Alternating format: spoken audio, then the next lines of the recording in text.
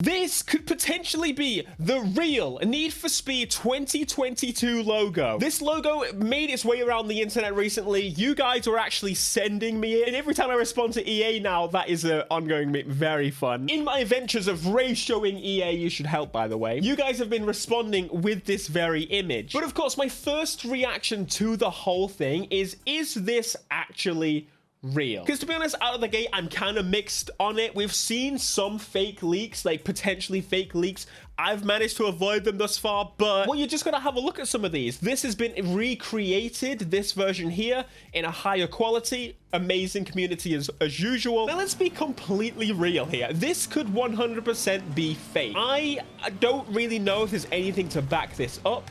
It's genuinely just a logo that's been, well, crafted. Whether that is by Criterion or the community, well, we will have to wait and see there. But I'm not shooting it down entirely because I believe that they would make something like this. The Need for Speed logo is one thing that throws me off a little bit in that it's bold. It's not quite the normal Need for Speed logo. Normally, as you know, it's the kind of pointy Need for Speed font one. Basically, it's been used since the bloody beginning. They did change it recently with 2015 onwards, but again, it was still very similar. This is completely different. And of course, the interesting color choice as well with the actual Unbound part of it. That, I'm not too sure how I feel. The green is ridiculously aggressive and bright, and I feel like it limits them to certain situations. Whatever. I think it's highly debatable whether this is real or not, and everyone's going to have their own opinion. But the one thing it does excite me about is this looks very Pro Street-esque. And if that's the route they're going, I don't think I would have any complaints at all, because Pro Street is definitely one of those that I skipped on at first and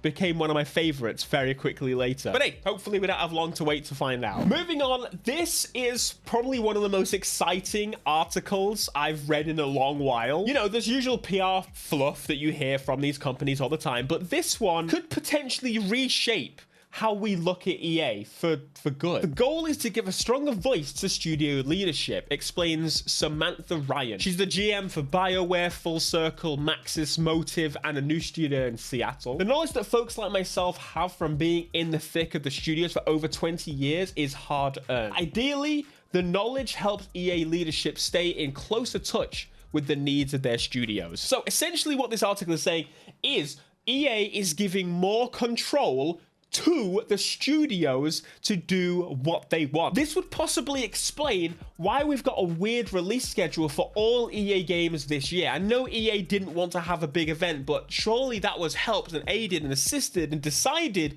by things like this. She goes on, both Skate and Dead Space have been fan requests for a long time. There are so many cool franchises that there's no way to bring them all back to life. But sometimes when a strong group of developers has a particular passion and we see that fans are equally as passionate, the fates converge. As a leader, I look for those convergences, and when I find them, I try and make it happen. So this person is a good egg. We like this lady. It's the when a strong group of developers have a particular passion, that's the key shift here. Ryan says that EA has given its studios more autonomy in terms of deciding the games it wants to work on, rather than those decisions coming down from the top. She goes on to say things like people do their best work when they're excited about what they do. Obviously, that's why I primarily play Need for Speed, The Crew, and arcade racing games. They are my most enjoyed game. If there's something I particularly don't enjoy, I don't do as much of it. But this is just common human brain. We know this. This is the thing. But the more autonomy bit is definitely where it ticks the box for me the most. I definitely have seen all the Need for Speeds as of recent and how they've been dealt with in terms of DLC and expansions and such. DLC and expansions are good. We enjoyed them. However, the problem is how you monetize that. We all saw with Payback, it was a little bit messy. They tried to do the microtransactions. It didn't really work out very well, mostly for Battlefront. But of course, the studios get the blame for that, and that's why we lost Ghost Games. I explain all the time on how EA making big, stupid decisions towards games that don't really fit that thing, and then the studio getting the blame and being closed and all that staff losing their jobs. Those passionate, amazing people that were told what to do by EA get in trouble for doing what they were told by EA. It makes no sense. And so this approach makes me so much happier, because we've not had proper DLC in a racing game for a long time. Allowing them to do what the hell they want to do in terms of that means that we could finally get an idea of how monetization in a racing game should work properly. And my vote is for Midnight Club. The map was free, the cars and the story were expansion. Something like that. Try and remove this segregation of the communities. That's for the better. And don't charge us for cars that have already been charged for, like someone else. But it does make me think as well, if they got big enough and they hired so many people, and because they can now probably do that based upon, you know, they're building a studio, and Need for Speed Studio, and they got 2 studios now, could we potentially see the return of Burnout, or more games, or expansions that have extra story on them? What could we see when they have control? But this, my friends, is a roller coaster of a video. This next one, yeah, our boy Tom Henderson, very much known leaker, we already know. But this man goes on to say, not yet on Need for Speed, pretty worried about Need for Speed, to be honest. So this was in response to someone asking any news about Need for Speed, and you guys again tagged me in it. I just want to say, like, I love how you guys are properly just involving me in this. I love that so much. Thank you so much for keeping me updated. Tom Henderson's worried about Need for Speed. Does that mean anything? Should we be worried if Tom Henderson is worried? It's one of those. He might not have much information on the game. Maybe he does have information on the game. But the thing is, he was answering saying that he doesn't have any info yet. So whether that means they're covering up any potential leakers quite quickly, which is good for them. I mean, we all saw what happened recently with GTA, and honestly, I really did not like those leaks. That's why I just didn't cover it over here. It's not acceptable. I think it revealed everything, and that excitement is something that holds very well. So developers are always trying to cover their tracks with these leaks and stuff. But of course, with Need for Speed, like the logo, or the cars have wings on it, it's not particularly ruining the experience. If you started telling me the whole plot line of the game, then I would probably not make videos either. There needs to be things that are kept kind of inside. And if these publishers do what they want to do and try and keep all this inside and keep it hidden until reveal, well, that's good.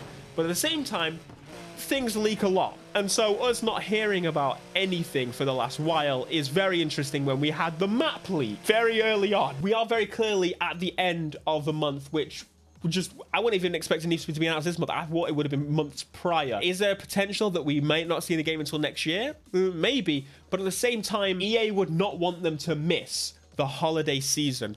They don't have a big game for the holiday season. Moving swiftly on though to this one, EA has launched a kernel-based anti-cheat system for its PC games. Now, this is something that I'm a little bit mixed on. There's good news and there's bad news. Now, kernel level, what does that mean? It just means pretty much the lowest level that an anti-cheat or piece of software could run to avoid you cheating and abusing the game. So on the surface, this is very, very good news. If you're into leaderboards, into competitive multiplayer, even cooperative multiplayer, you just don't want your game messed with by cheaters, this is great news for you, my friend. However, where the issues start to arise is how aggressive is this anti-cheat system? For example, is this going to kill mods, which just kind of started taking off with Need for Speed, and that would be a damn shame. In fact, they've actually just improved and fixed the issue where, you know, the car models of the mods sometimes on Heat were a bit crinkly and weird. They've made that so that that's not as much of an issue anymore. We should start to see some insane mods for Need for Speed Heat, but at the same time, there are some cheats that genuinely just ruin the game. For example, in the Frosty editor,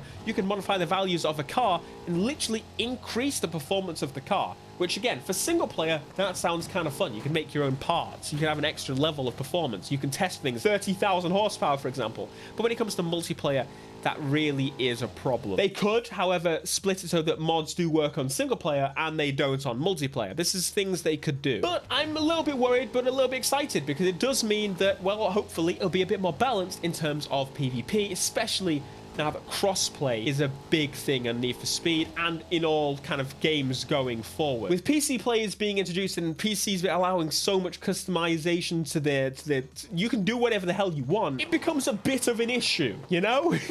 Especially when they can just change the speed of their cars, for example, because it's all a numbers thing. But there we are. Need for Speed 2022, my friends. That's a big mixed bag of information. Hopefully it helped. What do you think the logo? Do you think it's real? Do you think it's not? Do you expect to see Need for Speed this year still? And I'm going to go out and say it's got to be. I'll see you next time. Smash like, subscribe. Peace.